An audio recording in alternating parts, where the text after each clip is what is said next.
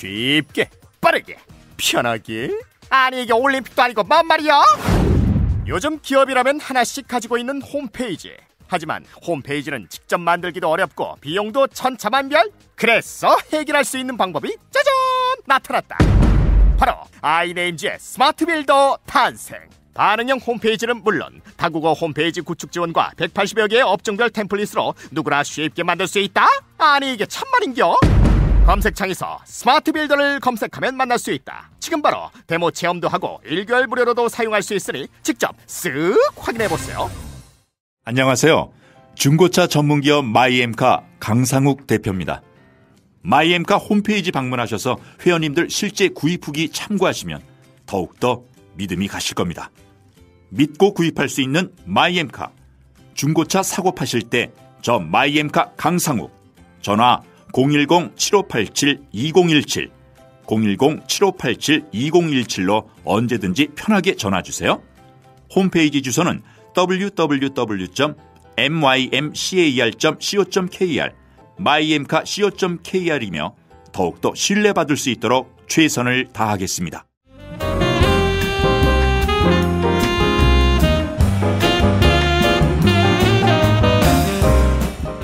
잠깐 하셨습니다. 네. 현재 그 고전주의 시대가 17세기 정도를 얘기를 하는 거고요. 1650년대부터 이제 나타난 유럽 사회의 변화에 대해서 얘기를 했습니다. 그래서 어마어마한 난민 수용 시설 같은 것들이 생겨나면서 광인들이 거기에 감금되기 시작했다. 네. 거기서 이제 학대와 처벌을 받았다 이런 얘기들을 했고요. 여기서 말하는 고전주의라는 거는 이성 중심주의. 예. 뭐 아니면 이제 그때 계몽주의 시대죠. 예, 절대왕정 그러니까 프랑스 혁명 직전에서 절대왕정 시기라고 보시면 되죠. 그때. 네. 어쨌든 근대로 넘어가겠습니다.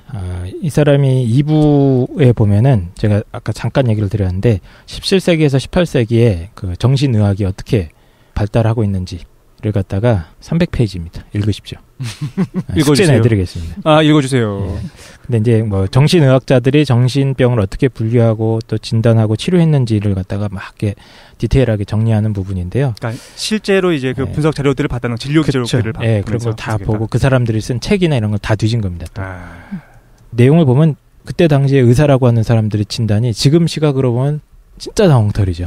그 뭐 사체액설인가요? 그 인간의 몸에 뭐 점액질이 있고 무슨 우울질, 게 있고, 담즙질 이렇게 해서 그래서 인간의 정신 문제가 어디서 오냐면 거기에 그 불균형에서 뭐 우울증 같은 게 나타난다고 봐가지고 뭐 역시 피를 뽑고 뭐 이런 게 주요 치료법이거든요. 머리를 열고서 광기의 돌을 빼내고 예, 그런 것까지는 없는데 어쨌든 아니 실제로 이거 있잖아요. 그 보쉬의 그림을 보면 그림 속에서 네네 그 당시에 대해서 이제 설명해놓은 이 그림을 보면 그렇게 유행했었대. 그러니까 광기의 돌을 빼내야 된다고 생각해가지고 머리를 절개한 다음에 맞다. 돌을 빼내는데 실제로는 돌이 아니라 그 뼈 조각을 잘라냈을 거라는 거야. 그러다가 이제 흑사병도 있고 나서 이제 의사들이 많이 없으니까 나중에 그 역할을 누가 했냐면 이발사들이 했다는 거야. 왜냐면 칼을 사용할 줄 아니까. 그래서 사람 머리를 잘라가지고 거기서 뼈 조각을 좀 떼내면 그래서 그 당시에는 그랬대. 이발소에 뭐라고 써있냐면은 머리 깎아줌, 뭐 면도해줌, 그다음에 이제 뭐지 스트레스를 풀려준다, 뭐 이렇게 해가지고 광기돌을 뺐다고 하더라고. 그래서 이발소 표시 자체가 그거잖아요. 그렇죠. 동맥, 정맥. 그거와 연결되는지 잘 모르겠는데. 외과 의사들. 그 뺑글뺑글 돌아가는 그거. 네. 보고 있으면 미칠 것 같습니다. 그래요? 뺑글뺑글 돌아가잖아. 좋아할 것 같은데? 한 30cm 앞에서 1시간 바라보고 있으면 미칠 거예요. 그렇군요. 네. 역시. 어쨌든 이제 18세기로 넘어가겠습니다. 1700년대. 역시 광인 달라. 그걸 왜 30cm 앞에서 보고 있어요? 광인 1과 2가 지금 싸우고 있습니다. 네. 광기의 돌 좀 빼주세요. 네. 그 18세기로 넘어가면은 몇 가지 이상한 징후들이 또 관측이 됩니다. 일단 첫 번째가 광인들과 원래 그 다른 범죄자들이나 뭐 성병 환자나 이런 사람들이 같이 수용돼 있었지 않습니까? 네. 거기 뭐 정치범도 있고 뭐 반정부 세력 다 같이 있었거든요. 그러니까 근데 이 사람들이 격렬하게 막 항의하는 사태가 시작됩니다.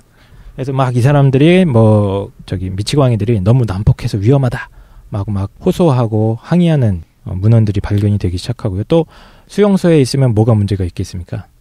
질병. 그렇죠. 저희 방송의 어떤 일관성. 그렇구나. 전염병 문제도 굉장히 심각하게 대두했고 수용소에 있는 더러운 공기 때문에 전염병이 도는 거 아니냐 이런 분석들이 있었던 거예요. 그리고 마지막으로 이제 수용소를 만들었을 때 원래 중요한 이유 중에 하나가 경제적인 측면이 있었어요. 그래서 얘네들을 다 때려박고 뭔가 이 사회 경제적인 시스템을 잘 돌아가보게 해보자 했는데 그게 되겠습니까? 말이 안 되는 거지. 그러니까 사회 경제적으로도 전혀 효과가 없고 오히려 이제 유지하기 위한 세금 유지비만 나가니까 이런 여러 가지 문제들이 제기가 시작됐습니다. 그래서 1890년 3월경에 기존 구빈원에 수용되어 있던 사람들을 석방하라는 법령이 만들어집니다. 드디어 이제 그 수용소 체제가 무너지기 시작한 거죠. 한 200년 만에. 예. 아니 140년? 140년. 예, 이 정도 만에 무너지기 시작했죠. 1890년이면? 그렇지. 진짜 아니 1790년입니다. 1790년. 네네. 근데 이제 여기서 범죄자랑 정신병자가 빠져요. 이때 법령에서는. 범죄자는 안 못 될 거. 내보내는 건 당연하죠. 이해가 가는데 네. 정신병자도 안 된다. 광인들도 역시 특별한 허가가 있지 않은 이상 못 나가는 상황이 돼버렸습니다. 지금은 비슷하네요, 사실. 지금도 그렇네. 중증 정신병 환자들이 들어갔다가 의사가 하지 않으면 나가고 싶다고 못 나가잖아요. 그렇죠. 네.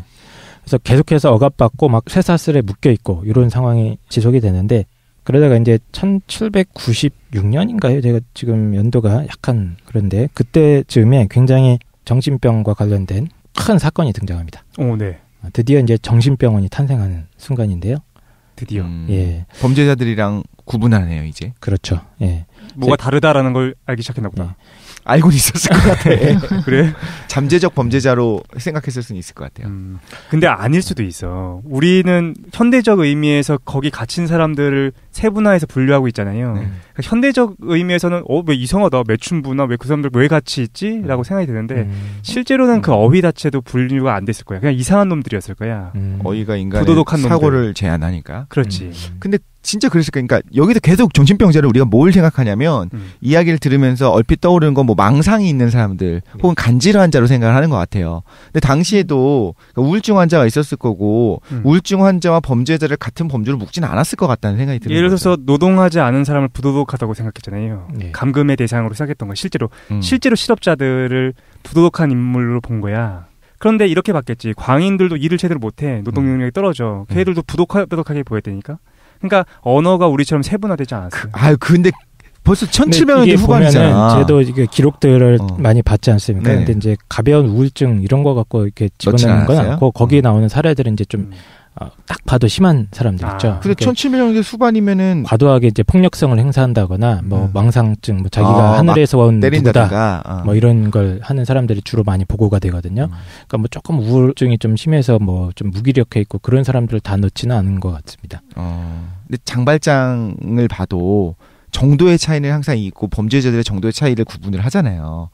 네네. 그러니까 그때는 이제 지금처럼 명료하고 명확하게 구분이 안 되었을 수는 있는데 아주 두리뭉실하진 또 않았을 것 같기도 해요. 그래도 그 안에서. 그런가? 왜냐면 우리도 보통 사람들도 언어를 제대로 구분 못하잖아요. 그쵸, 예를 들어서 진보나 빨갱이나 좌파나 다 비슷하게 보는 사람들도 많이 있고 언어가 분리가 구분할 수 있는 시대가 있었고 없는 시대가 있었고 이 책에서도 실제로 이게 미쳤냐 아니냐를 판단하는 사람들이 있거든요. 그러니까 의사들도 판단을 하지만 그 지역의 치안 판사들이 판단을 하는데 그 과정이 굉장히 직관적이었다고 합니다.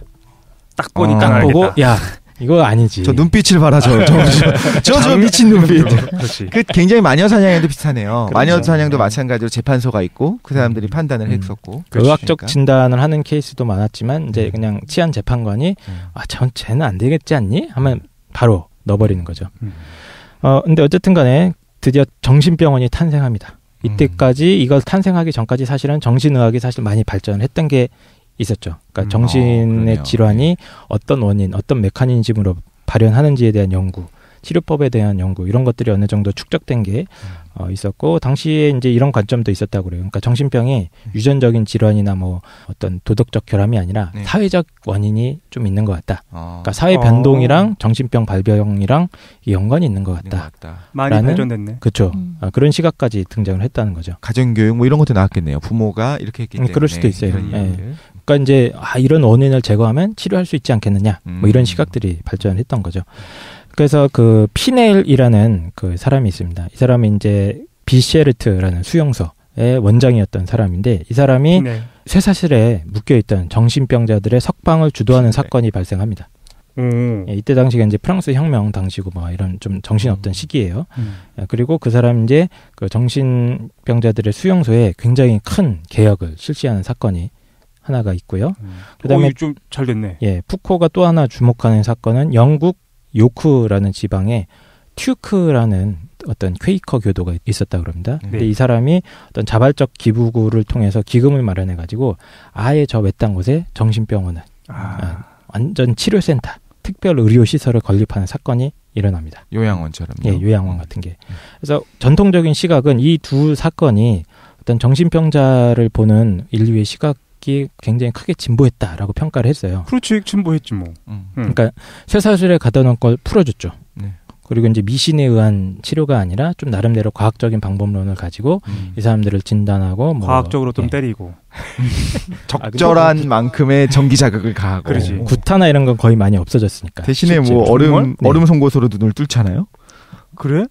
그거는 이후에 막 18세기 아니 19세기 초반에도 그렇게 치료했잖아요. 그리고 1960년대까지만 해도 이쪽으로 이렇게 했고 폭력이라는 건 계속 있었지. 네, 폭력은 있었긴 있었는데 그거를 통력으로 볼 거냐. 아예 동물처럼 취급하거나 그런 건 없었던 그 정도까지는 아니야. 예. 인간으로 바라보고 치료할 그렇습니다. 대상으로 생각하기 시작했네요. 되게 중요한 포인트. 그러니까 인간으로 바라보기 시작한 거고 그 사람들도 인권이 있고 그 사람들도 어떤 자유와 평등을 보존해야 할 대상이다. 정부 인권은 다 있고. 예, 그때 당시 프랑스 혁명 당시 어떤 박애주의 이런 거에 영향으로 해석을 많이 했었죠. 예, 근데 우리 그 알파고 푸코님께서는 구라다 이건 이렇게 분석을 하십니다. 예, 이건 진보가 아니다. 오히려 푸코는 정신병원의 탄생이야말로 가장 치명적인 광기의 억압이라고 묘사를 합니다. 왜냐하면 광기가 감옥으로부터 해방된 것처럼 보이지만 사실 그보다 더 심한 어떤 감금 상태, 어떤 일종의 심리적인 감금 상태에 빠졌기 때문인데요. 그 얘기를 한번 좀 자세하게 한번 해볼게요. 예. 그러니까 과거에는 광기에 대한 처벌이 주로 물리력에 의해서 이루어졌습니다. 쇠사슬로 묶어놓는다거나 막 이렇게 몽둥이로 후려친다거나 뭐 이런 형태로 일어났는데 이제 새로 등장한 근대의 정신병원에서는 완전히 다른 방식으로 감시와 처벌이 진행이 됩니다. 그래서 첫 번째 양상이 뭐냐면 침묵을 강요한다는 점이에요. 진짜? 그래서 그 정신병원의 어떤 수칙 중에 하나가 대화하지 말아라. 걔가 무슨 얘기를 해도 대꾸를 아예 안 해버리는 거예요. 그래서 예를 들면 이제 그 여기 있는 광인 1이 자꾸 자기가 외계인이 보인대. 외계인이 자꾸 와서 아닙니까? 우리한테 막 하는 것 같대. 그럼 우리가 자꾸 이걸 들어주니까 저게 자꾸 심해지는 거 아닙니까? 최 사장님이 사실 억압하고 있었거든요. 최 사장님이 왜 그랬는지 알 것 같아. 그렇게 증명을 해도 이놈들이 그냥 최 사장님이 맨날 그 방송을 하는데 미스테리 방송하는데 아니 후기 게시판 보면 너무 좋았어요. 또 해주세요. 그래. 또 해주세요. 그러니까 점점 아무도 반응을 안 해주면 최 사장님 느낌이 어떨까요? 아예 말도 안 해줘. 아무렇지도 않아 할 걸요. 왜냐면 분열성장애. 그렇군요. 네, 알겠습니다. 어떤 이 진실이 은폐되는 이 어떤 한 사람 바보 안타깝습니다. 만들기 진짜. 그래서 푸코는 이걸 어떻게 묘사를 하냐면 이제 광인의 언어가 완전히 독백이 돼버렸다 이렇게 분석을 해요. 그렇네. 아무도 들으려고 하지 않고 완전히 이제 정상적인 사람과 비정상적인 사람의 대화가 단절된 것이다. 이렇게 분석을 하고 있고요. 두 번째는 정신병자 스스로 자기 죄를 반성하도록 요청한다는 점입니다. 그래서 일종의 참회 시간 같은 게 항상 있고요. 그러니까 때리진 않은데, 그러니까 예를 들면 이런 겁니다. 이 정신청량자가 이상한 주장을 합니다. 그러니까 광인 1이 제가 그 하늘에서 자꾸 외계인 UFO가 보입니다. UFO가 나타나서 나한테 뭐 식빵을 주고 갔어요. 이런 얘기를 했다고 칩시다. 네, 그러면 거기다 대고 그 주장을 그 주장이 얼마나 바보 같은지를 알 수 있게 자꾸 유도를 하는 거예요. 네. 식빵을 줬다고요? 식빵이 어디 있어요, 근데? 식빵 보여줬잖아 저번에. 이게 무슨 말인지 모르시는 분은 외계인이 준 음식편을 미담편 외계인의 선물편을 들으시면 아실 수 뭐 이런 걸 자꾸 상기시키는 거예요. 당신이 이런 주장을 했는데 그렇다면 당신이 뭐 하늘에서 내려온 왕이라고요? 그럼 증거를 대보세요라든가. 자꾸 자기 스스로 의심할 수 있게 유도를 한대요. 그거 생각나네. 곡성에서도 비슷한 내용이 나오거든요. 네. 그 스포가 되면은 간단하게 얘기하면 A가 B를 만나요. 근데 B가 A한테 봤어요? 증거가 어디 있어요? 이렇게 계속 이야기를 하면서 없잖아요. 이렇게 얘기하는 장면이 지금 떠오르는 것 같아요. 사실 이게 우리가 볼 때는 지금 우리 시선을 볼 때 합리적이잖아요. 스스로의 잘못을 깨우치고 스스로 깨닫게 하기 위해서. 근데 이게 전제에 깔려 있는 거는 나는 정상이고 쟤는 비정상이다가 전제에 깔려 있다라는 거죠. 재밌는 게 그 병원 곳곳에 거울이 많이 배치된다고 그래요. 네가 봐라. 네 몰골을. 당시에. 네. 당시에. 그래서 스스로 자기가 내가 좀 이상하구나라는 거를 자각하게 만들려는 여러 가지 노력들이 있다는 거죠. 이제부터는. 네. 그리고 세 번째는 푸코는 이제 영원한 심판이라고 주장을 하던데요. 그래서 정신병자는 물론 두드려 맞진 않지만 감독관에게 끊임없이 감시당하고 온화하긴 하지만 계속 지속적으로 처벌받습니다. 예를 들어서 이제 밥을 안 먹는다고 때를 써. 저는 외계인이 준 빵을 먹었다니까요. 안 먹을 거예요. 막 그랬다고 칩시다. 네. 그러면 그 매우 권위적인 아버지의 모습으로 자 먹어. 먹어야 돼. 지금 뭐 하는 거야? 이렇게 훈육을 한다는 거죠. 상하관계는 확실히 있네요. 그 그러니까 일종의 강아지 훈육시키는 방법 그대로죠. 예. 완전히 권력 관계를 만들어서 복종할 수 있게, 자발적으로 복종할 수 있게 스스로 내면화를 시키는 방법을 지속적으로 한다는 겁니다. 그래서 정신병원이 일종의 준사법적 공간이다라고 묘사를 하고 있습니다. 그래서 가벼운 처벌도 있어요. 처벌이 뭐 근데 때리는 건 아니고 뭐 계속 샤워를 시킨다거나 아침에 했는데 또 시키고 또 시키고 막.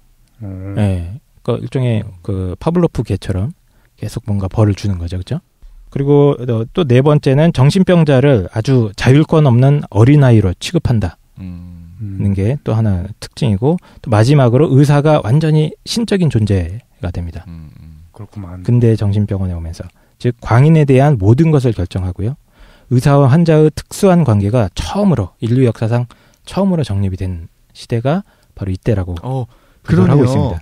그 이전에는 아까 그 사열도 마찬가지지만 의사가 여러 가지 방법 중에서 하나를 시도하는 거였고, 사실 권위가 지금처럼 이렇게 그렇게 높지 않았거든요. 지금 의사 선생님 하면 이제 많은 걸 알고 있고 많은 걸 알고 있고 실제로도 그렇지만 당시엔 그렇지 않았어요. 어떤 시험적인 것들도 많이 했었고 했으니까. 근데 지금 근대의 정신병원에서는 완전히 상하관계가 굳고 다른 종류의 인간이 되었고, 그냥 이성적이고 평범한 사람들과 그렇지 않은 사람들을 완전히 구분이 가기 시작한다는 거죠. 실제로 푸코가 그 현대 의학에 대한 비판을 나중에 해요. 어떻게 권위적으로 바뀌게 되는가, 어떻게 절대적인 권력을 행사하게 되는가에 대해서 그것도 비판하기도 하지. 네. 어쨌든 이 광인들은 의사의 지시를 무조건 복종해야 하는 어떤 불평등한 관계가 정립이 됐다는 거죠. 그래서 정리를 해보면 근대의 정신병원의 특징은 이렇습니다. 광인들은 두드려 맞지는 않습니다만 침묵을 강요당하고 자기의 죄를 스스로 인정하게 만듭니다. 또 처벌의 대상인 의사로부터 어떤 일방적인 지시, 관찰, 복종의 대상이 되고요. 그래서 광인들은 드디어 이제 이때부터 공간적으로 구속될 뿐만 아니라 말할 권리마저도 뺏겨서 어떤 사회의 정상적인 일원으로 인정받을 수 없는 그런 상황에 놓이게 됩니다. 프로이트보다 이전이죠, 지금이. 조금 이전입니다, 이건 지금. 오히려 프로이트가 되게 대단한 사람인 것 같네요. 이거 들어보면. 이야기를 다 듣고 뭔가 이렇게 했잖아, 그래도. 근데 푸코는 그것도 비판합니다. 프로이트도? 그건 아주 일부의 일부만 아는 거지. 근데 프로이트 얘기는 이제 분량상 뺐고요. 네. 그래서 그 광인들은 지금도 이제 법적인 책임에서 좀 자유로워졌지 않습니까? 그렇지. 근데 이것도 사실 근대적인 현상이에요. 예를 들어서 이제 근대 이전에 광인이 뭔가 잘못을 했다. 바로 아구지. 바로 처벌이 들어가지 않습니까? 보통 사람이랑 같은 방식으로 예, 같은 방식으로 처벌당하는데 광인들이 이제 법적 책임에서 면제가 되고 범죄를 저질러도 처벌받게 되는 것이 사실은 이런 메커니즘 하에 드러나는 거죠. 아, 그렇구나. 예. 그래서 현대 사회는 이 광기의 소리를 듣지도 못하고 해독할 수 없게 되었다고 푸코가 결론을 내리고 있습니다. 그래서 그러면은 푸코는 싫어하겠네요, 그런 것들도. 어떤 거요? 광인이기 때문에 법적인 처벌 책임을 좀 덜 받는다라고 하는 것 자체를. 근데 이걸 좋고 싫고에 대한 얘기는 어려울 것 같고. 네. 뭘 그러니까 이게 사회적인 진보로 볼 것이냐, 진일보한 거로 볼 것이냐, 아니면 오히려 퇴보하고 낙인 찍인 걸로 볼 것이냐에 대해서 어떻게 보는 거죠, 그거를? 글쎄, 그 푸코랑 인터뷰를 좀 해야 될 것 같고. 근데 푸코가 오래돼 보여주는 거는 변해왔다라는 걸 보여주는 거예요. 변천사인 거죠. 이게 옳았느냐 그러느냐라기보다는. 근데 방향성은 확실하잖아요. 그러니까 정신병원이 탄생한 거를 싫어하잖아요, 지금. 그러니까 그게 자 봅시다. 그 얘기는 이따가 좀 토론을 할 건데 잠깐 얘기를 나눌 건데 뭐 과연 푸코가 그럼 정신병원 없애자는 주장이냐? 일단 그건 아니라고 단언할 수가 있을 것 같아요. 그거는. 아, 그래요? 네. 근데 어쨌든 간에 광기는 이제 완전히 스스로 말할 기회를 박탈당한 침묵이 되었다라고 정리를 하고 있습니다. 그래서 지금까지 역사적 변천사를 쭉 한번 정리를 해보면 중세나 르네상스 시대의 광기라는 거는 뭐 인간의 어리석음을 상징하기도 하고 또 뭐 진리를 상징하기도 해서 여러 가지 의미로 드러났었습니다만 고전주의인 이제 17세기에 오면서 처음으로 비이성 혹은 이제 게으름 이런 거랑 연결이 되기 시작하더니 처음으로 사회에서 차별당하고 배제당하기 시작했습니다. 그래서 아예 강제 수용소가 이때 처음 등장이 됐고, 그다음에 이제 근대로 오면서는 인간 내면의 어떤 질환으로서 정신병이라는 개념이 드디어 등장을 하게 됩니다. 그래서 이거는 이제 근대 과학의 어떤 시각의 힘을 빌은 거죠. 네. 이걸 존중을 해주긴 하지만 너는 병이야. 교정의 대상으로 네. 잡죠. 그래서 광기라는 개념이 이제 비정상 혹은 비이성이라는 어떤 인간의 절대적인 결함으로 딱 낙인 찍힌 시대가 이때라고 결론을 내리고 있습니다. 근데 실제로 더 끔찍해졌네. 예전에는 육체적인 것을 통해서 네. 어쨌든 교정하려고 노력해왔다고 한다면 네. 근대에 이르러서는 그의 내면을 교정하기 위해서 굉장히 세밀한 방법들이 사용됐다라는 거예요. 그러니까 존재는 합니다. 하지만 사실은 존재하지 않는 존재하지 거죠. 않는 거. 왜냐하면 그 사람의 목소리를 들을 수가 없으니까. 근데 푸코가 이런 주장을 했다는 게 아까 원인을 말씀하셨었잖아요. 그게 진짜 이제 와닿기 시작하는 것 같아요. 푸코가 살아있을 당시에서는 실제로 동성애를 정신병으로 하는 것뿐만 아니라 그렇지. 어떤 그렇죠. 범죄의 대상이기도 했고 저희 그 그거 화형당하고 그랬어요. 화형이요. 예, 화형이요? 당시에 예, 동성애자는 이제 그 신의 자연 질서에 어긋난다고 해서 중세. 그건 옛날이고 중세. 푸코 시대는 푸코 시대. 깜짝 놀랐어. 저는 착각했어요. 중세에는 화형당하고 그랬죠. 그 누구였지 예전에 그 암호 할 때 저희가 했었던 아, 튜링. 튜링 같은 앨런 경우에도 튜링. 그것 때문에 불법이었잖아요. 아예. 그게 아예 불법이었죠. 영국에서도. 더 무서운 정신병으로 거는 넘어서서. 이제 그 죄책감을 만들어낸다는 게 또 무서운 네. 것 같아. 그거에 반박하고 싶었기 때문에. 그렇게 해석한 사도 있다. 근데 재미있는 거는 그 DSM을 말씀하셨었잖아요. 거기서 동성애가 있었다가 이제는 빠졌어요. 근데 과거엔 동성애가 분명히 정신질환으로 들어갔었고 교정할 대상 그리고 비정상적인 사람이다라고 들어갔었는데 이젠 시대가 변하면서 그게 빠졌고 정상 중에 하나다 이렇게 분류가 돼버렸잖아요. 네. 이런 걸 보면 푸코가 봤었으면 되게 의무심장하게 느꼈을 것 같아요. 어쩌면 이제 이런 노력들이 모여서 그게 결과가 나타났다고 볼 수도 있어요. 맞아요. 네. 그래서 이런 점에서 이제 광기라는 건 푸코의 결론입니다. 개인적인 어떤 질환이 아니다 이건. 사회적인 여러 가치관이라던가 그때 당시 어떤 세계관들이 종합적으로 엮여서 태어난 사회적인 산물일 뿐이고 이걸 쭉 읽다 보면은 일종의 어떤 가치관이 주류와 다르다는 이유로 이 광인들이 어떤 국가 제도에 의해서 그 사회 밖에 있는 타자로 밀려나는 과정이라고 볼 수가 있습니다. 예, 그래서 광인들은 우리 현대 사회에서 존재하긴 하지만 사실은 영이죠. 존재하지 않는 어떤 절대적인 타자로 고정이 돼버렸고 이제 우리랑 소통할 수 없는 침묵에 빠져들어 버렸다. 이게 이 사람의 분석입니다. 시간이 다 됐어요. 재밌다. 예. 결론은 뭐예요? 이 책이요. 이 결론부를 보시면 더 충격적이에요. 그래? 응. 어떤 느낌이냐면요. 마치 푸코가 살아있었으면 이 뒤를 더 할 수 있을 것 같아요. 예? 뒤를 더 하다니. 오픈이에요? 오픈 결말이에요? 아니 이 뒤에 있는 분석을 계속 할 것 같아요. 아까 전에 얘기했던 것처럼. 어떤 느낌인지 아세요? 그래서 모르겠어. 지금 제가 이 결론 내드리고 이런 문장이나 내용들은 사실 이제 연구 논문들이나 2차 문헌들의 어떤 결론을 제가 종합을 한 거고 이 책에서는 네. 뭐 맨 마지막 챕터가 딱 있어서 그걸 딱 정리하고 이런 게 거의 없다고 보시면 됩니다. 하다 말았네요, 그냥. 아닙니다. 근데 말하고자 하는 하다 말한 게 바는 아닙니다. 분명하잖아요. 네. 그러니까 현대인의 관점에서 일단 보자는 거야. 절대적 타자. 쟤는 이상한 애고 존재하지 않는 것처럼 대우했었던 그 광인이라는 그 존재가 역사적으로 고증해 보면 실제로는 그렇지 않아 왔다라는 거야. 그러니까 광기라는 것이 정말로 고정불변하게 타자화돼야 되는 존재가 아니라 지금 현대에 와서 타자화시키고 있는 거는 사회적 분위기가 만들어내고 사회적 환경이 만들어낸 개념일 뿐이지 실제로 그런 것은 아니다를 보여주고 있다는 거지. 그러니까 포스트 모던적인 작업을 하고 있는 거예요. 포스트 모던에서 하는 대표적인 작업이 그거잖아. 탈중심, 그다음에 이제 반이성에 대해서 다시 복구해내고 사회적 담론에서 배제된 것들에 대해서 다시 끌어들이고 하는 건데 광기를 이제 현대의 관점으로 다시 되돌리는 작업을 하고 있다라고 볼 수 있겠지. 네. 그 아까 저희가 쉬는 시간에 했었던 게 녹음이 안 돼가지고 제가 그 질문을 했었어요. 그래서 결론이 뭐냐. 그리고 저는 되게 비합리적이라고 생각했던 것 중에 하나가 너무 넓은 그 정신병이라고 정신 질환이라는 게 너무 넓은데 그거를 자기가 입맛대로 이렇게 취사 선택을 한 게 아니냐에 대해서 이제 도희님이 해주셨던 답변이 그런 거였거든요. 그러니까 제가 예를 든 건 그거였어요. 과학이 고대의 아리스토텔레스도 과학자였잖아요, 사실. 그렇죠. 사고 실험을 했었고 사유만으로 세상을 설명을 했어요. 근데 그건 비합리적이죠. 우리가 지금 과학적 방법론이 아니니까, 그죠? 근데 이제 근대에서 뉴턴이 과학적 방법론을 이제 뉴턴 이후에 과학적 방법론이 채택이 되면서 과학은 이제 이성적이고 합리적이게 됐어요. 이게 진리다는 아니지만 적어도 이성적이고 합리적인 것이 과학이 맞는 것 같아요. 지금은 이거에 반박하는 사람들이 이제 토마스 쿤이라든가 있긴 하지만, 근데 제가 볼 때 이제 푸코의 결론이 이런 것 같아요. 과학이 지금은 이성적이고 합리적이지만 과거의 아리스토텔레스가 사고 실험만으로 설명을 했었던 거 봐봐. 과학이라고 하는 거는 그렇게 합리적이지 않아. 라는 결론을 내린 거냐라고 제가 질문을 했을 때 도희님의 답변이 그게 아니라 언제나 과학은 합리적이다. 보편 진리다라고 하는 거에 대해서 의문을 제기한 것뿐이다. 그렇지요. 이렇게 설명해 주셔서 이해가 갔었거든요. 합리성이라는 것이 도대체 무엇인가에 대해서 묻는 거지. 보편 진리란 건 없다. 좀 약간 이 느낌이 이런 것 같아요. 그러니까 사실 정확해. 푸코가 얘기하는 거 그거 아닙니까? 진리가 폭력이다라는 게 푸코의 맞습니다. 최종적인 결론인 거잖아요. 특히 이제 이 광기의 역사에서 공격하는 지점은 이제 우리가 아주 평소에 하는 구분이 있죠. 정상과 비정상입니다. 네네. 네, 쟤는 이상해. 쟤는 좀 사이코 같아. 또라이 아니야? 이런 구분법대로 우리가 일상생활에서도 무지 기술을 하고 이 구분법이 사실은 이제 국가 제도로 구현되지 않습니까? 그러네요. 예.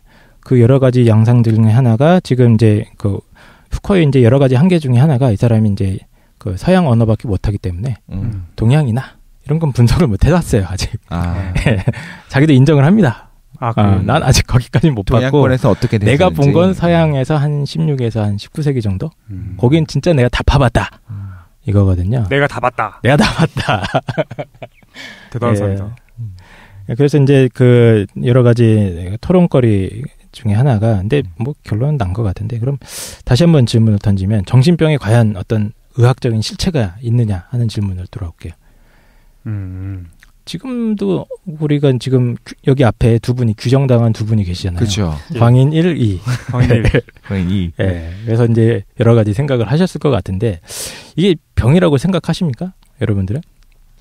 지난번에도 했었지만 도희님 말씀해준 방송에서 그랬지만 이런 요소들이 있다라고 해서 병이 있는 건 아니거든요. 일상생활이 불가능할 정도로 장기간에 걸쳐서 반복적으로 나타나야 되는 거잖아요. 그리고 그때 요소 중에 하나가 본인이 병이라고 인식해야 된다라는 게 있지 않았었나요? 네. 저 치료의 의지가 있어야 된다고. 아니면 사례를 그러면 독실이의 이해를 돕기 위해서 예를 들어서 요즘 이제 조현병이라고 하는 그래요. 것들. 그렇게 합시다. 예. 그런 것들을 우리가 그러면 정신병리학적으로 어떤 실체가 있다라고 당연히 다 생각을 하고 있죠. 그렇죠? 그래서 네, 일정 당연하죠. 조건을 맞추면 그 증상으로 진단을 받고 사실 치료도 이루어지고 있습니다. 치료의 대상이 돼야 되는 거고. 예, 약물 치료도 실제로 성공하고 있죠. 네, 쉽지는 않지만 예. 조현병 뭔지 설명을 좀 간단히 해주셔야 될 거예요. 망상, 환각, 환청 뭐 이런 거거든요. 예, 그렇죠.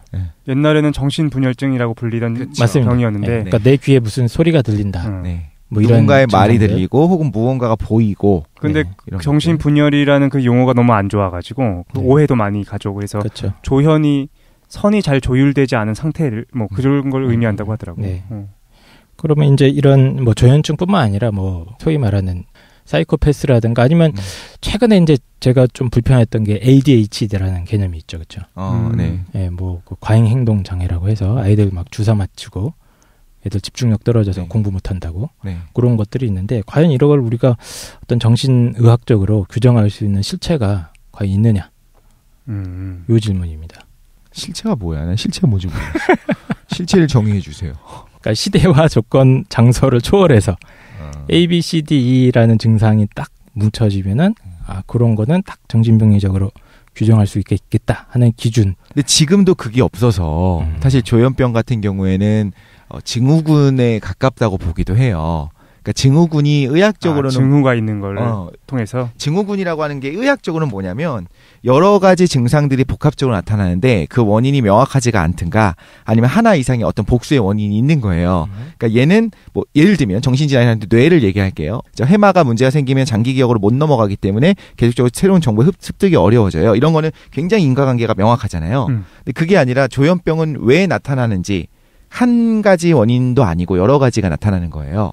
그리고 조현병이라고 우리가 이름을 붙여가지고 범주를 묶었지만 사실 여러 가지 증상들이 있어요. 얘랑 나랑 최 사장이 나랑 정말 다른데도 불구하고 둘 다 조현병으로 묶을 수가 있는 거예요. 그러니까 이건 말씀하신 거에 의하면 실체가 없다라든가 상호 현대의학에서 동의한 거죠. 상호 협의를 한 거죠. 이거는 조현병이라고 부르자라고. 근데 그런 질병이 있는가 하면 명확하게 원인이 있는 것도 있는 것 같은데 정신병 중에서도. 다른 분들은 저도 그렇게 생각해요. 그러니까 이 얘기가 오해가 될 수 있는 게 뭐가 있냐면 그쵸. 우리가 정신병이라는 것에 실체가 없다. 그리고 그건 되게 역사적인 거였고 관계를 규정하는 게 역사적이었다라고 해서 뭐 정신병원을 없애야 된다. 혹은 지금 문제가 되고 있는 게 있잖아. 이번에 이제 조현병 때문에 이제 범죄를 저질렀다라고 규정된 것도 있고 한데 이렇게 들릴까봐 걱정이야. 걔네들이 문제가 없는 애들이다라고 들릴까 걱정인데 그러니까 우리가 말하고자 하는 건 사실 분리해야 되는 것 같아. 범죄와 우리가 어떤 정신적 질환이라는 것을 연합해서 보고 있는 게 지금의 문제라고 생각해서 좀 분리해야 될 필요가 있다라는 생각이 들긴 하거든요. 근데 나는 그렇게 생각해. 어느 정도 치료가 필요하고 실제로 효과가 있는 거라고 한다면 치료해야 되는 어떤 정신질환 그게 이제 있다. 사회적 합의라는 거죠. 나도 사회적 합의라고. 최 사장님 같은 그렇죠. 경우는. 근데 그것이 만약에 없다, 아예 없는 거다라고 얘기하기에는 필요한 사람들이 있는데도 불구하고 너무 과하게 평가되는 것은 아닌가라는 생각이 듭니다. 도희님은요?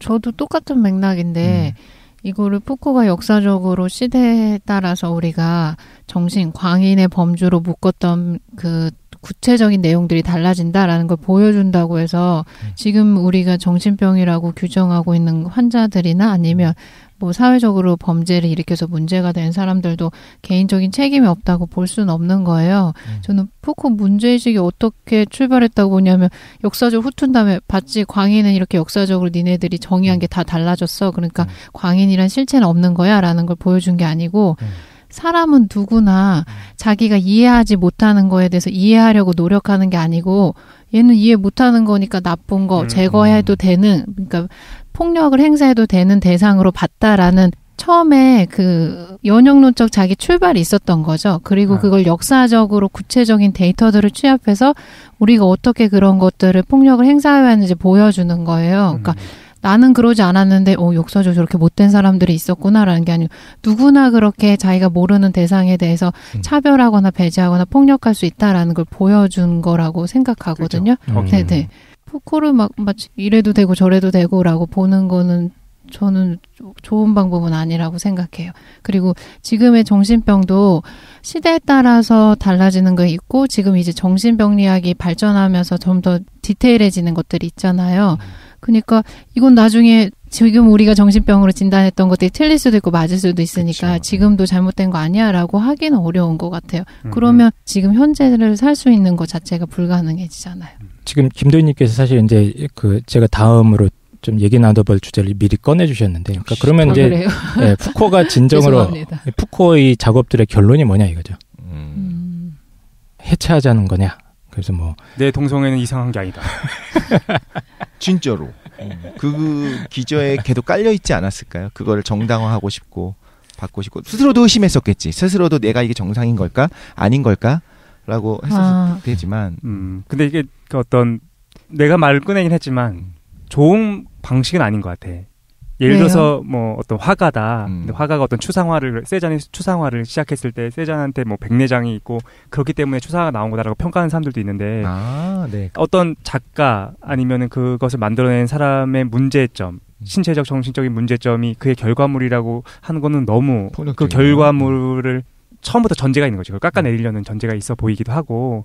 근데 우리가 푸코를 개인의 삶과 좀 연결시키긴 해야 되게 할 텐데 그렇다고 해서 푸코가 정말 말하고자 했던 거, 서구 역사에 있어서의 이성중심주의가 얼마나 허구적이었는가를 보여주는 거를 동성애적인 것과 연결시켜서 그냥 한 번에 얘기하기 좀 어려울 것 같아. 근데 동성애에 대한 인식들이 달라진 것뿐만 아니라 연구가 실제로 많이 진행이 됐거든요. 네. 그러니까 조현병을 예를 들자면 내가 정말 아무도 없는데 목소리가 들려. 이게 좀 폭력적으로 들려. 예를 들면 빨리 죽어 막 이런 목소리가 들린다고 가정을 해볼게요.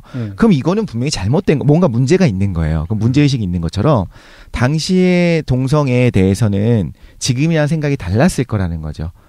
이게 자연스러운 게 아니라 분명히 문제가 있다. 진화적으로도 문제가 있다라고 봤을 거고 지금 그렇지 않은데 지금 동물들에게서도 그런 모습들이 나타나고 하니까 뭐 자연 질서의 위배가 된다부터 시작해서 신의 섭리에 위배되고 꼭 신적인 세상은 아니었으니까 20세기 초반이면 이미 그렇긴 한데 분명히 이거는 정신병의 일부다. 정상적이지 않다. 비정상이다라고 생각했었단 말이죠. 이게 과학이 그거를 뒷받침한다고 생각을 했었어요. 지금은 그렇지 않지만 그렇기 때문에 그 조현병 환자가 나도 사실 정상이야 라고 생각하기 힘든 것처럼 당시에 푸코는 어쩌면 정말로 동성애인 거를 받아들여야겠지만 내가 지금 마음의 병이 있구나. 이게 선천적이든 아니면 후천적으로 뭔가 충격을 받았었던 아니면 뭐 부모의 교육이 잘못됐었던 뭐가 있구나라고 생각하면서 어떤 죄의식이라기보다는 내가 비정상이다라고 하는 의식이 있었을 수 있을 것 같아요. 이거는 푸코의 잘못이 아니라 당시 사회 분위기가 그랬었으니까 교정의 대상으로 봤었으니까.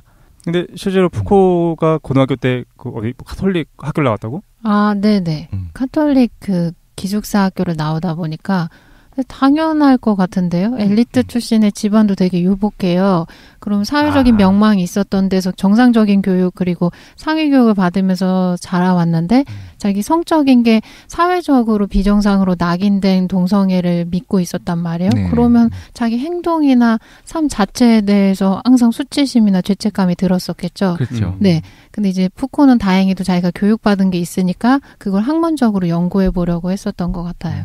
네. 근데 이제 제가 말하려고 한 거는 그런 수치심이라는 게 있었을 것 같죠. 근데 그것 때문에 이런 저작이 나왔다 아니다 그게 아니라 그럼에도 불구하고 내적인 세계로 그래도 나는 정상이야. 정신병이 아니야. 동성애라고 하는 거는 라는 믿음이 없었을 수 있다는 거예요. 왜냐하면 그 믿음은 어디서 근거가 나오냐면 과학이나 의학에서 나오거든요.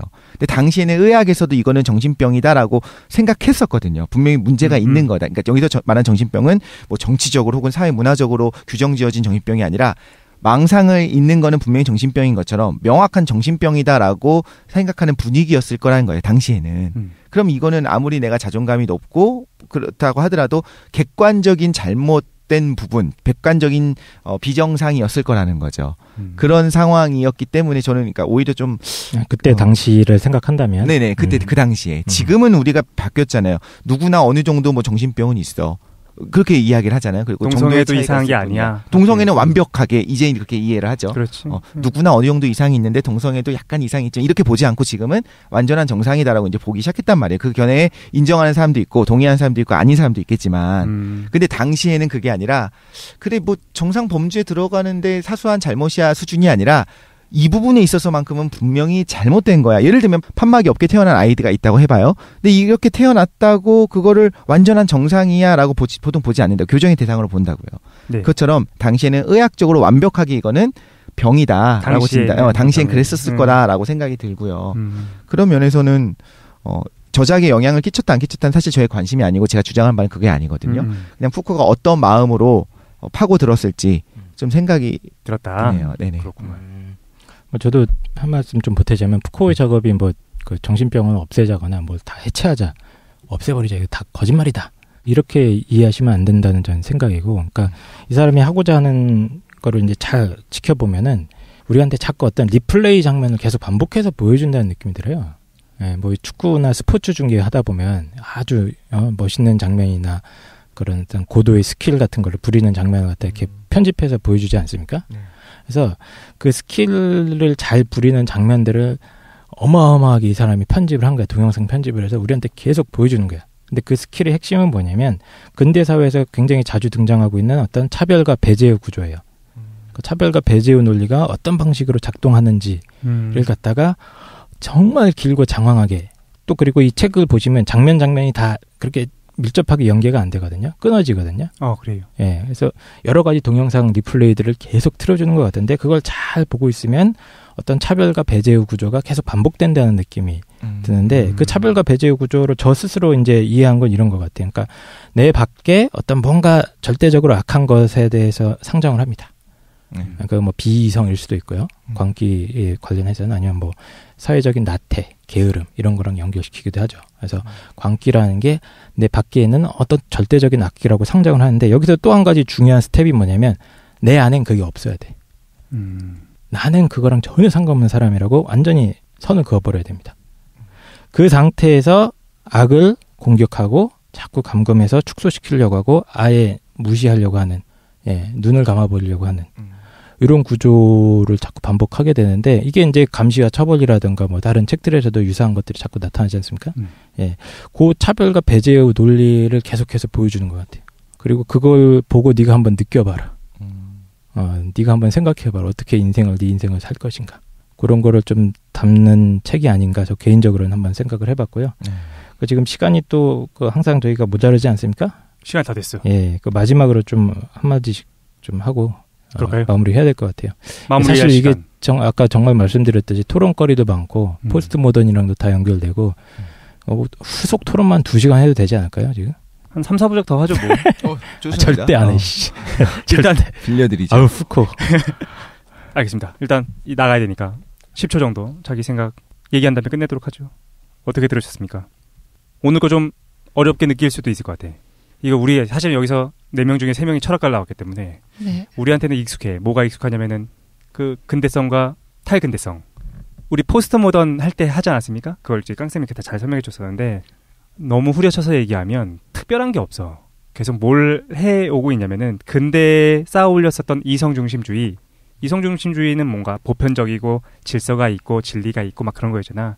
그걸 깨부시는 작업이 이제 현대에서 예술이나 철학이나 문화에서 발생하고 있는데 푸코가 거기에 굉장히 큰 기여를 한 인물. 아까 그래서 깡쌤이 포스트 모던 철학자를 대표한다라는 얘기도 했잖아요.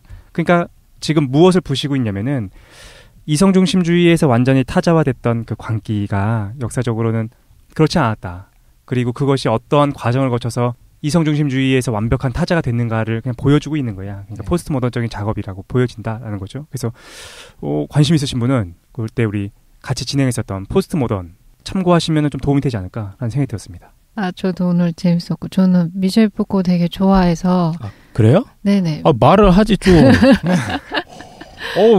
하지 그랬어요. 이 4부 연속으로. 아니요. 하고 싶은 생각 없는데 선생님이 말씀하신 것처럼 책 자체가 그 사람의 연구 방법도 때문에 읽기는 쉽지 않아요. 왜 그러냐면 근거되고 있는 경험 정보가 너무 많아서 그래요. 디테일한 정보가. 근데 컨셉이나 자기 사고를 전개시키는 거는 너무 매력적으로 서술해놨기 때문에 누구라도 관심 있으신 분들은 읽으실 때 이 사람들이 증거되고 있는 역사적인 문헌이나 역사적인 자료들만 스킵 하시면서 맥락을 따라 읽으셔도 충분히 재밌게 읽으실 수 있거든요. 그리고 광기 역사나 뭐 감시 그렇게 처벌. 하려면 700페이지를 스킵하셔야 될 텐데. 좋다. 400페이지만 읽으면 되는구나. 근데 이런 거, 모든 책을 저희가 읽을 때 1페이지부터 700페이지까지 완벽하게 다 외우면서 읽거나 모든 거 이해할 필요는 없잖아요. 그냥 자기 눈에 들어오는 것들만 읽으면 되고 다음번에 또 마음에 들어서 읽어봤는데 더 눈에 들어온 것들이 더 많았다 그러면 더 많이 보면서 넘어가면 되는 거고. 두 번째로 저는 정신병에 대해서 물론 생물학적이나 저희가 의학적으로 딱 이 사람 정신병이야 진단 내려진 것들도 있지만 그냥 개인적인 문제에서 보면은 저희 성격장애 할 때 높게 나오잖아요. 테스트하면. 그게 왜 그러냐면 자치 능력이 결여돼 있는 상태 자체가 정신병의 상태라고 저는 보거든요. 그러니까 누구나 개인도 살면서 어쩌면 정신병의 상태가 계속 이어질 수도 있고 그 순간을 살아갈 수도 있는 거예요. 근데 푸코가 보여주는 방식은 뭐냐면 우리가 정신병이라는 집단, 범주가 있으면 이 사람들을 처벌하거나 배제하거나 차별해도 된다고 생각하잖아요. 근데 저는 개인도 내가 살면서 할 때 똑같이 산다고 생각하거든요. 내가 어렸을 때 어떤 유년기 폭력을 겪거나 가정 문제를 겪거나 개인적으로 너무 싫은 문제점이 있어요. 그러면 이거 상태가 없어져야지 내가 정상적인 인간이 된다라고 보는 거예요. 내 개인에서도 비정상이거나 내가 수용하기 어렵거나 내 경험을 감당할 수 없는 자치 능력이 이제 발휘되지 않는 부분은 빠져야지 내가 온전한 인간이 된다고 생각하는데 이게 개인한테 하는 폭력적인 방식이거든요. 그러니까 우리가 너무 그런 거 익숙해져 있다 보니까 사회를 살 때도 그렇고 사회 구조를 만들 때도 폭력적인 방식을 적용하는 게 되게 당연시 되는 것 같아요.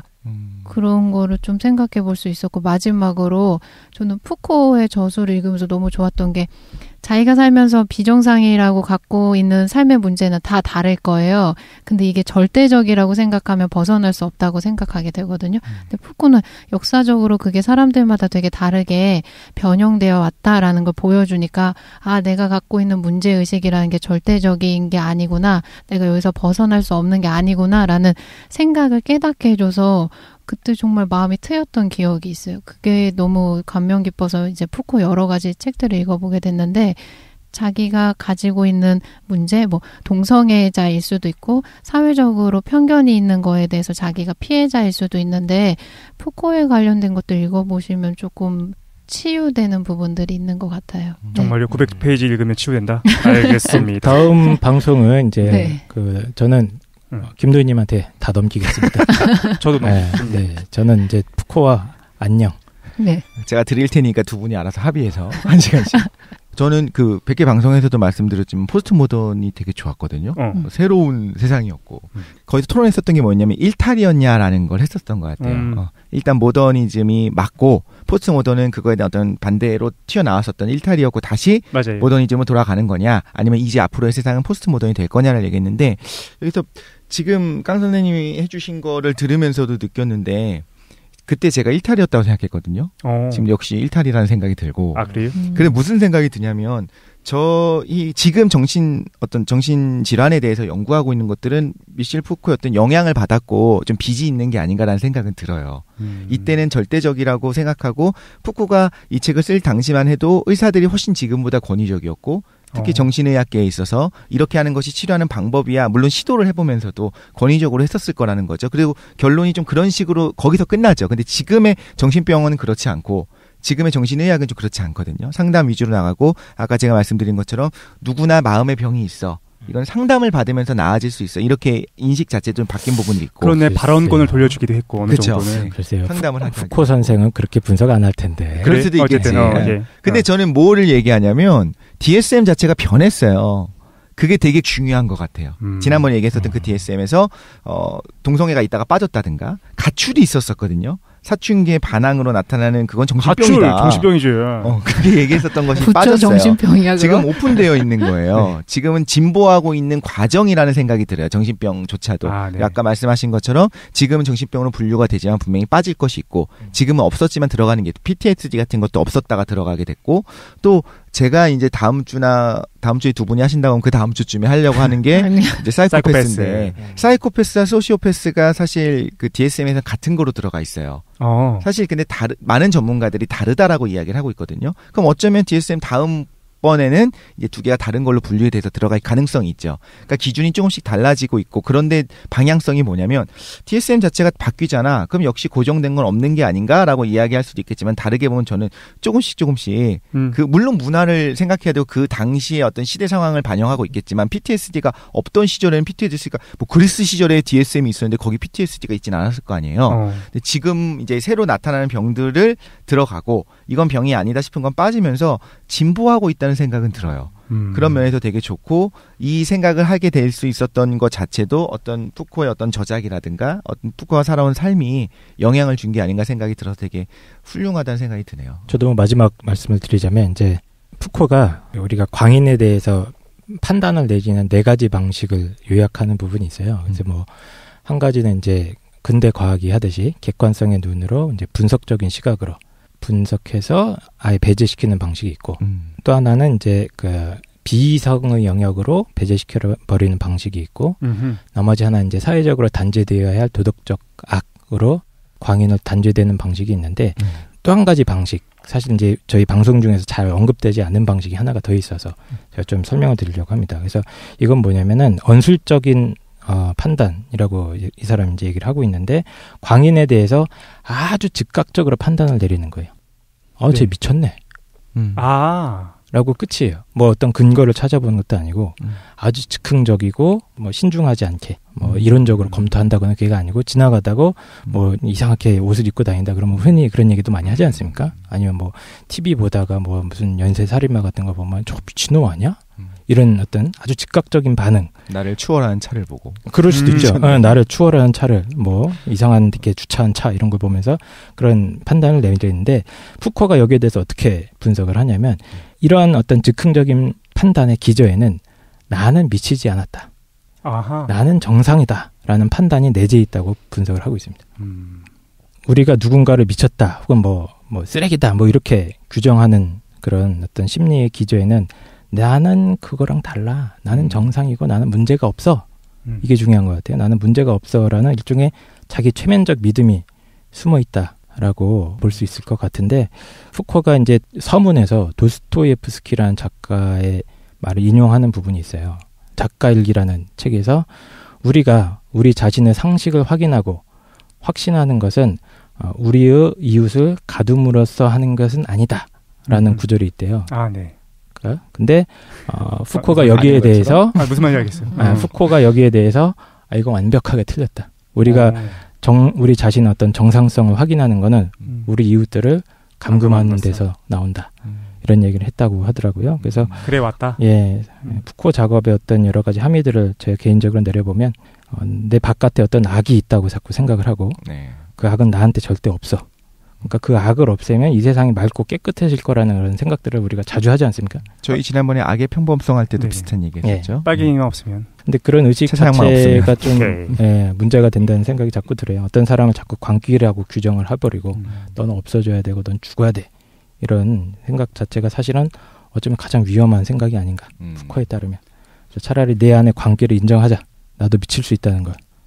거기서부터 좀 변화가 시작되지 않나. 그런 생각도 한번 해봅니다. 오케이. 시간이 너무 많이 가가지고 네. 일단 여기서 마무리하고 다음 시간에 독실이가 사이코패스 기대 많이 되는데 준비한다고 합니다. 두 분 안 하세요 정말로? 네. 안 해. 됐어. 독실이 24부작 시작할 거야. 그래서 긴 시간 동안 고생 많이 하셨고 다음 주에도 재밌는 걸로 다시 돌아오도록 하겠습니다. 네. 긴 시간 동안 고생